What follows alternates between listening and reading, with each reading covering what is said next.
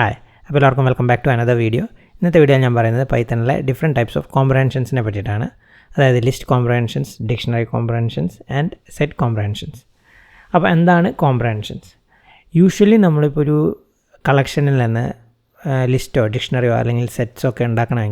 We use a for loop or while loop. Now, comprehensions it's another way of doing the same thing. ആ same കാര്യം achieve ചെയ്യാനായിട്ട് നമ്മൾ use ചെയ്യുന്ന വേറൊരു type of syntax ആണ് ഈ കോംപ്രഹെൻഷൻസ് എന്ന് പറയുന്നത്. അത് കുറച്ചുകൂടി കൺസൈസ് ആണ്, പിന്നെ കുറച്ചുകൂടി എഫിഷ്യൻ്റ് ആണ്. അതുകൊണ്ട് തന്നെ നമുക്ക് കോംപ്രഹെൻഷൻസ് ഒക്കെ ഉപയോഗിക്കാൻ പറ്റുന്ന സ്ഥലത്ത് അത് ഉപയോഗിക്കുകയായിരിക്കും നല്ലത്. അപ്പോൾ കൂടുതൽ കാര്യങ്ങൾ നമുക്ക് പ്രോഗ്രാമിംഗ് ചെയ്തുകൊണ്ട് മനസ്സിലാക്കാം. അപ്പോൾ അതിന് ലിസ്റ്റ് കോംപ്രഹെൻഷൻസിനെ പറ്റിയിട്ട് നമുക്ക് നോക്കാം. അതിനു മുമ്പ് ഈ ഫയലിൽ നമുക്ക് ഫസ്റ്റ് ലൈൻ കാണാൻ സാധിക്കും, from timer import time it. അത് ഞാൻ എഴുതിയ ഒരു ഡെക്കറേറ്ററാണ്, ടൈം ഇറ്റ് എന്ന് പറഞ്ഞൊരു ഡെക്കറേറ്ററാണ്. അത് എന്തിനാണ് എഴുതിയെന്ന് വെച്ച് കഴിഞ്ഞാൽ നമ്മൾ എഴുതുന്ന ഫംഗ്ഷൻ്റെ എക്സിക്യൂഷൻ ടൈം പ്രിൻറ്റ് ചെയ്യാൻ വേണ്ടിയിട്ടുള്ളതാണ്. അത് ഇവിടെയാണ് ഞാൻ അതിനെ ഡിഫൈൻ ചെയ്തിട്ടുള്ളത്, timer.py എന്ന് പറഞ്ഞിട്ടുള്ള മൊഡ്യൂളിൽ. ഇവിടെ നമ്മൾ ജസ്റ്റ് സ്റ്റാർട്ട് ടൈം ലോഗ് ചെയ്യും, അത് കഴിഞ്ഞ് ഫംഗ്ഷൻ എക്സിക്യൂട്ട് ചെയ്യും, അത് കഴിഞ്ഞ് എൻഡ് ടൈം ലോഗ് ചെയ്യും, അത് കഴിഞ്ഞ് ആ ഡിഫറൻസ് നമ്മളിവിടെ പ്രിൻറ്റ് ചെയ്യും. അത്രയേ ഉള്ളൂ. അപ്പോൾ ഡെക്കറേറ്ററിനെ പറ്റി കൂടുതൽ അറിയാനായിട്ട് നിങ്ങൾ ചാനൽ സബ്സ്ക്രൈബ് ചെയ്യുക. ഞാൻ എത്രയും പെട്ടെന്ന് അതിനെ പറ്റിയുള്ള ഒരു വീഡിയോ ചെയ്യുന്നതായിരിക്കും. അപ്പോൾ നമുക്ക് ഈ പ്രോഗ്രാമിലേക്ക് തിരിച്ചു വരാം. അപ്പോൾ ഞാൻ ഇവിടെ എഴുതാൻ പോകുന്ന ഫംഗ്ഷൻ എന്ന് പറയുന്നത് ഒരു ലിസ്റ്റ് ഓഫ് നമ്പേഴ്സിൻ്റെ സ്ക്വയർ കണ്ടുപിടിച്ച് അതിനെ റിട്ടേൺ ചെയ്യുക. അതാണ് ഞാൻ ഇവിടെ ചെയ്യാൻ ഉദ്ദേശിക്കുന്നത്. അപ്പോൾ ആദ്യം തന്നെ നമുക്കതിന് ഫോർ ലൂപ്പ് വെച്ചിട്ട് ചെയ്യാം. അപ്പോൾ ഇതിൽ നമ്മൾ ഈ ഫംഗ്ഷൻ്റെ ഇൻപുട്ട് പാരാമീറ്ററായിട്ട് സ്റ്റാർട്ടും എൻഡും കൊടുക്കും. എന്നിട്ട് അത് സ്റ്റാർട്ട് തൊട്ട് എൻഡ് വരെയുള്ള എല്ലാ നമ്പേഴ്സിൻ്റെയും സ്ക്വയർ കണ്ടുപിടിച്ച് അതിനെ ഒരു ലിസ്റ്റായിട്ട് റിട്ടേൺ ചെയ്യും. അത്രേ ഇത് ചെയ്യുന്നുള്ളൂ. ഇനി നമുക്കിതൊന്ന് പ്രിൻറ്റ് ചെയ്ത് നോക്കി നോക്കാം. സ്റ്റാർട്ട് 1 to 10 നമുക്ക് നോക്കാം. ഇനി നമുക്കിത് റൺ ചെയ്ത് നോക്കാം. അപ്പോൾ നമ്മൾ വിചാരിച്ച പോലെ തന്നെ ഉണ്ടായിട്ടുണ്ട്. 1 തൊട്ട് 10 വരെയുള്ള എല്ലാ നമ്പേഴ്സിൻ്റെയും സ്ക്വയർ ഇതിൽ വന്നിട്ടുണ്ട്. ഇനി ഈ സെയിം സംഭവം നമുക്ക് ഒരു ലിസ്റ്റ് കോംപ്രിഹെൻഷൻ വെച്ചിട്ട് ചെയ്യാൻ നോക്കാം. അപ്പോൾ ലിസ്റ്റ് കോംപ്രിഹെൻഷൻ എഴുതുന്നത് സ്ക്വയർ ബ്രാക്കറ്റ് യൂസ് ചെയ്തിട്ടാണ്. അപ്പോൾ ഇതാണ് ലിസ്റ്റ് കോംപ്രിഹെൻഷൻ എന്ന് പറയുന്നത്. ഇവിടെ എന്താ ഉണ്ടാവണമെന്ന് നമുക്ക് നോക്കാം. അപ്പോൾ ഫോർ ഐ ഇൻ റേഞ്ച് എന്ന് പറഞ്ഞാൽ ഈ ഫോർ ലൂപ്പ് പോലെയാണ്. ഓരോ നമ്പറിനെ ഈ റേഞ്ചിൽ നിന്ന് എടുക്കും. സ്റ്റാർട്ട് 1 കൊടുത്താൽ 1 എടുക്കും, പിന്നെ എൻഡ് ഇപ്പോൾ 10 കൊടുക്കാം, 1 2 3 4 വരും. ആ ഓരോ നമ്പേഴ്സിനെയും ഇവിടെ സ്ക്വയർ ചെയ്യും. ഈ സ്റ്റാർ 2 എന്ന് പറഞ്ഞു കഴിഞ്ഞാൽ i to the power 2 ആണ്. അപ്പോൾ ഓരോ നമ്പറിൻ്റെയും സ്ക്വയർ ഇവിടെ കാണും. അതിനെ ഈ ലിസ്റ്റിൽ ആഡ് ചെയ്ത് പോകും. അങ്ങനെയാണ് ലിസ്റ്റ് കോംപ്രിഹെൻഷൻ വർക്ക് ചെയ്യുന്നത്. ഇതിപ്പോൾ നിങ്ങൾക്ക് കാണാം. ഇവിടെ നമ്മളിപ്പോൾ ഇതിന് വേണ്ടിയിട്ട് ഒരു അറേ ഇനിഷ്യലൈസ് ചെയ്തു, അത് കഴിഞ്ഞ് അറേയിലേക്ക് അപ്പൻഡ് ചെയ്യണു. അങ്ങനെ കുറേ കാര്യങ്ങൾ ഇതിൽ ചെയ്യുന്നുണ്ട്. പക്ഷേ ലിസ്റ്റ് കോംപ്രിഹെൻഷനിൽ അതൊന്നുമില്ല. ജസ്റ്റ് നമ്മൾ i ** 2 for i in range അത്രേ ഉള്ളൂ. അതുകൊണ്ട് തന്നെ ഇത് വായിച്ച് മനസ്സിലാക്കാൻ വളരെ എളുപ്പമാണ്. ഇപ്പോൾ കാണുമ്പോൾ i ** 2 അതായത് എന്താ ചെയ്യുന്നത്, അത് അതിൻ്റെ സ്ക്വയറിന് കാണുന്നു. അത് ഏത് ഐൻ്റെ വാല്യൂ എന്താ, അതിവിടെ ഫോർ ലൂപ്പ് അറിയുന്ന എല്ലാവർക്കും ഇത് നിങ്ങൾക്കറിയാം. ഐൻ്റെ വാല്യൂ 1 2 3 അങ്ങനെ വരുന്നു. സ്റ്റാർട്ട് തൊട്ട് എൻഡ് വരെയുള്ള എല്ലാ നമ്പറും ഇവിടെ ഐ ആയിട്ട് വരും. അപ്പോൾ അത്രയും ഈസി ആയിട്ട് നമുക്കിത് മനസ്സിലാക്കാൻ സാധിക്കും. ഇനി ഇതിൽ നമുക്കൊരു കാര്യം നോക്കേണ്ടത്, ഇത് നമുക്കൊന്ന് പ്രിൻറ്റ് ചെയ്യാൻ നോക്കാം. എന്തെങ്കിലും വ്യത്യാസം ഉണ്ടോ എന്ന് നോക്കാം പ്രിൻറ്റ് ചെയ്യുന്നതിൽ. അപ്പോൾ നിങ്ങൾക്ക് കാണാം, ഇത് പ്രിൻറ്റ് ചെയ്യുന്നതിൽ ഒരു വ്യത്യാസം ഉണ്ടായില്ല. ഇനി നമ്മളിതിനെ ടൈമിറ്റ്, ഈ ഡെക്കറേറ്റർ വെച്ചിട്ട് ടൈമിറ്റ് ചെയ്യാം. അപ്പോൾ അതിൻ്റെ എടുത്ത ടൈം പ്രിൻ്റ് ആവും. ഇപ്പോൾ ഇത്ര ചെറിയ നമ്പർ കൊടുത്താൽ ടൈം ഡിഫറൻസ് ചിലപ്പോൾ ഉണ്ടാവണം എന്ന് തന്നെയല്ലേ. അപ്പോൾ അതുകൊണ്ട് നമുക്ക് കുറച്ച് വലിയ നമ്പർ കൊടുക്കാം. പിന്നെ പ്രിൻറ്റ് ചെയ്യേണ്ട ആവശ്യമില്ല. പ്രിൻറ്റ് ചെയ്ത് കഴിഞ്ഞാൽ അത് ചിലപ്പോൾ കുറേ ടൈം എടുക്കും. നമുക്ക് കുറച്ച് വലിയ നമ്പർ കൊടുക്കാം ഇവിടെ. ഇനി ഫോർ ലൂപ്പ് വെച്ചിട്ട്, അപ്പോൾ ആദ്യം ഫോർ ലൂപ്പ് വെച്ചിട്ട് അത് കഴിഞ്ഞ് കോംപ്രിഹെൻഷൻ വെച്ചിട്ട് ഇനി ഒന്ന് എക്സിക്യൂട്ട് ചെയ്ത് നോക്കാം. അപ്പോൾ രണ്ടും എക്സിക്യൂട്ടായി. അപ്പോൾ അതായത് ഫോർ ലൂപ്പ് വെച്ചിട്ടുള്ളത് 3.7 മില്ലി സെക്കൻഡ്സ് എടുത്തു. കോംപ്രിഹെൻഷൻ വെച്ചിട്ടുള്ളത് 3.1 മില്ലി സെക്കൻഡേ എടുത്തുള്ളൂ. അപ്പോൾ നിങ്ങൾക്കിവിടെ കാണാം അത്യാവശ്യം വലിയൊരു ഡിഫറൻസ് തന്നെ വന്നിട്ടുണ്ടെന്നുള്ളത്. അപ്പോൾ ഇതാണ് കോംപ്രിഹെൻഷൻസിൻ്റെ രണ്ടാമത്തെ ബെനിഫിറ്റ് ഞാൻ പറഞ്ഞത്, കോഡ് എഫിഷ്യൻ്റ് ആവും കുറച്ചും കൂടി എന്നുള്ളത്. ഇനി നമുക്ക് ലിസ്റ്റ് കോംപ്രിഹെൻഷൻ കണ്ടു. ഇനി നമുക്ക് ഡിക്ഷണറി കോംപ്രിഹെൻഷൻ കാണാം. ഇനി നമുക്ക് ഈ ടൈമിറ്റ് ഇനി ആവശ്യമില്ല, നമുക്ക് ആ ബെനിഫിറ്റ് നമ്മൾ കണ്ടല്ലോ. ഇനി ഡിക്ഷണറി കോംപ്രിഹെൻഷൻ എങ്ങനെയാണ് ചെയ്യാൻ നോക്കാം നമുക്ക്. അതിലിവിടെ തിരിച്ച് ഡിക്ഷണറിയാണ് റിട്ടേൺ ചെയ്യുന്നത് ഇവിടെയും. പിന്നെ ഇവിടെ നമ്മൾ ഇനീഷ്യലൈസ് ചെയ്യേണ്ടത് ഫോർ ലൂപ്പ് വെച്ചിട്ടാണെങ്കിൽ ഇനീഷ്യലൈസ് ചെയ്യേണ്ടത് ഡിക്ഷണറി ആണല്ലോ. അപ്പോൾ അത് ചെയ്തിട്ട് i = 2.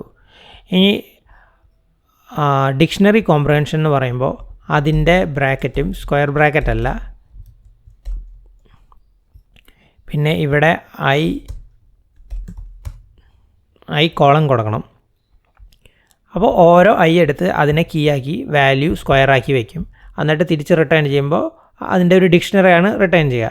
അപ്പോൾ ആദ്യം നമുക്ക് find squares using for loop നോക്കാം. അത് റിട്ടേൺ ചെയ്യണം എന്താണെന്ന് നോക്കാം. സോറി, ഇവിടെ പ്രിൻറ്റ് ചെയ്തില്ല നമ്മൾ. പിന്നെ ഇവിടെ 10 വരെ മതി, അല്ലെങ്കിൽ അത് പ്രിൻറ്റ് ചെയ്ത് കഴിയില്ല. ഇനി റൺ ചെയ്ത് നോക്കി നോക്കാം. അപ്പോൾ നമ്മൾ വിചാരിച്ച പോലെ 1 സ്ക്വയർ 1, 2 സ്ക്വയർ 4 അങ്ങനെ വന്നിട്ടുണ്ട്. ഇനി ഈ സെയിം സംഭവം നമുക്ക് ഡിക്ഷണറി കോംപ്രഹെൻഷൻ വെച്ചിട്ട് ചെയ്യാം. ഔട്ട്പുട്ട് എക്സാക്ട്ലി സെയിം ആയിരിക്കും. നമുക്ക് ഇവിടെ കാണാം ഡിക്ഷണറി കോംപ്രഹെൻഷനും സെയിം ഔട്ട്പുട്ട് വന്നിട്ടുണ്ടെന്നുള്ളത്. ഇനി നമുക്ക് സെറ്റ് വെച്ചിട്ടുള്ളത് ചെയ്യാം. അപ്പോൾ സെറ്റിന് നമുക്ക് റിട്ടേൺ ടൈപ്പ് ഇവിടെ മാറ്റണം. അതും ഓൾമോസ്റ്റ് സിമിലർ ആണ്. ഇവിടെ നമുക്ക് സെറ്റ് കൊടുക്കാം. ഇപ്പോൾ സെറ്റ് ജനറേറ്റ് ആയിട്ടുണ്ട്. ഇനി ഇവിടെ സെറ്റ് ഡോട്ട് ആഡ് കൊടുക്കണം. കാരണം അപ്പൻ്റെ അല്ല സെറ്റിനുള്ള ഓപ്പറേഷൻ എന്ന് പറയുന്നത്. അത് കഴിഞ്ഞ് ഇവിടെ ഈ സെറ്റ് കോംപ്രഹെൻഷന് നമ്മൾ ഉപയോഗിക്കുന്നത് ഈ ഡബിൾ ബ്രാക്കറ്റ് തന്നെയാണ്. പക്ഷേ ഇവിടെ ഈ ഐ കോളൻ ആവശ്യമില്ല. അത്ര മാത്രമേ മാറ്റമുള്ളൂ. ഇനി നമുക്ക് ഇവിടെ ഇത് സെറ്റാക്കണം. ആദ്യം നമുക്ക് ഫോർ ലൂപ്പ് വെച്ചിട്ടുള്ളത് ചെയ്യാം. ഇനി ഒന്ന് റൺ ചെയ്ത് നോക്കാം. ഇപ്പോൾ നിങ്ങൾക്ക് ഇവിടെ കാണാം 6414 എല്ലാം തന്നെ വന്നിട്ടുണ്ട്. പക്ഷേ ഓർഡർ ഒന്നുമില്ല. അതിന് കാരണം എന്ന് പറയുന്നത് സെറ്റ് എന്ന് പറയുന്ന സംഭവം ഓർഡേഡ് ആയിട്ടുള്ള ഒരു ഡാറ്റ സ്ട്രക്ചർ ഒന്നുമല്ല. അതുകൊണ്ടാണ് ഇവിടെ അൺഓർഡേഡ് ആയിട്ട് ഇത് വന്നിരിക്കുന്നത്. ഇനി ഈ സെയിം സംഭവം നമുക്ക്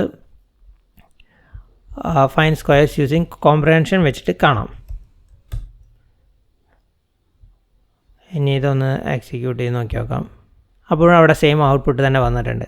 അപ്പോൾ ഇതൊക്കെയാണ് കോംപ്രഹെൻഷൻസ് എന്ന് പറയുന്നത്.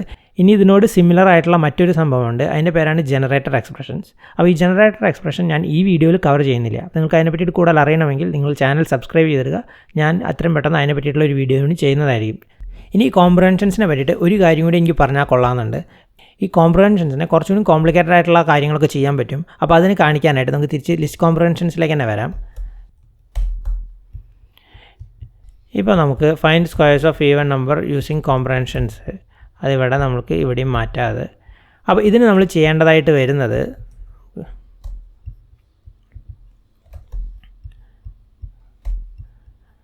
ഓരോ നമ്പറിനെയും ഫസ്റ്റ് അത് ഈവൻ നമ്പർ ആണോ എന്ന് നോക്കണം. അതായത് ഇഫ് I %2 = 0 ആണെങ്കിൽ അത് ഈവൻ നമ്പർ ആണല്ലോ. അങ്ങനെയാണെങ്കിൽ മാത്രം ആ ലിസ്റ്റ് ഉണ്ടാക്കിയാൽ മതി. എന്നിട്ട് അതിനെ പ്രിൻറ്റ് ചെയ്യുക. അപ്പോൾ ഇവിടെ അതിന് ചെയ്യേണ്ടതായിട്ട് ഇപ്പോൾ നമ്മളിവിടെ ഇഫ് കണ്ടീഷൻ ആഡ് ചെയ്തു. അപ്പോൾ ഇവിടെ എന്ത് ചെയ്യാം? അപ്പോൾ ഇവിടെ നമുക്ക് ഇഫ് കണ്ടീഷൻ വേണമെങ്കിൽ ആഡ് ചെയ്യാവുന്നതേ ഉള്ളൂ. അപ്പോൾ ഇവിടെ നമ്മൾ ഇഫ് I %2 = 0. അപ്പോൾ ഈ ഇഫ് കണ്ടീഷൻ നമുക്കിവിടെ ആഡ് ചെയ്യാം. അപ്പോൾ ആ ഇഫ് കണ്ടീഷൻ ആഡ് ചെയ്ത് കഴിഞ്ഞാൽ ഈ സെയിം സംഭവം നമുക്ക് ഇവിടെ ഒരു 1 ലൈനിൽ ചെയ്യാൻ പറ്റി. ഇനി നമുക്കിതൊന്ന് റൺ ചെയ്ത് നോക്കാം. ഇവിടെ കാണാം ഈവൻ നമ്പേഴ്സിൻ്റെ സ്ക്വയർ മാത്രം വന്നിട്ടുള്ളത്. അത് 4, 16, 36, 64, 100. ഇനി നമുക്കിത് ഓഡ് നമ്പർ ആണെങ്കിലും ചെയ്യാൻ സാധിക്കും.